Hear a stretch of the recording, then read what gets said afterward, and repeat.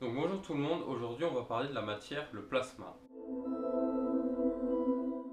Donc on va partir sur la base. Donc il y a trois matières principales. Donc, il y a les solides, les fluides et les gaz. Donc en solide on peut citer une pierre, en fluide on peut citer de l'eau et en gaz on peut citer de la vapeur d'eau tout simplement. Donc ioniser, qu'est-ce que ça veut dire? Ça veut dire qu'en fait on a chauffé un gaz ou qu'on l'a chargé en électricité. Le plasma concrètement c'est quoi? Donc le plasma en fait c'est un quatrième état de la matière, c'est du gaz qu'on a ionisé. Donc ioniser en fait c'est au niveau de l'atome. Donc pour comprendre il faut rentrer dans la matière du plasma. Donc toute matière est composée d'atomes et en fait l'atome qui compose le plasma, au niveau de l'atome en fait vous avez le noyau et vous avez les électrons qui tournent autour.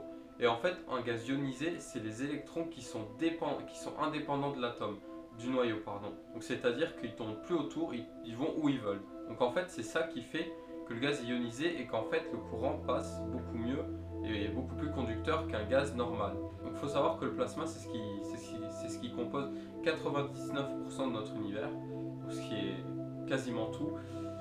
Sur Terre, le plasma on le retrouve sous forme d'éclair, sous forme d'aurore boréale. Et donc sous forme d'éclair en fait c'est tout simplement le nuage qui se charge en électricité par rapport en fait vu que le nuage est en altitude, là-haut il y a beaucoup de différences de température. Donc les différences de température créent des différences de pression, ce qui crée des différences de, ce qui crée des charges positives et négatives. Tout ça qui crée de l'électricité et le nuage doit bien se décharger à un moment. Et quand il se décharge, il crée du plasma, donc jusqu'au sol.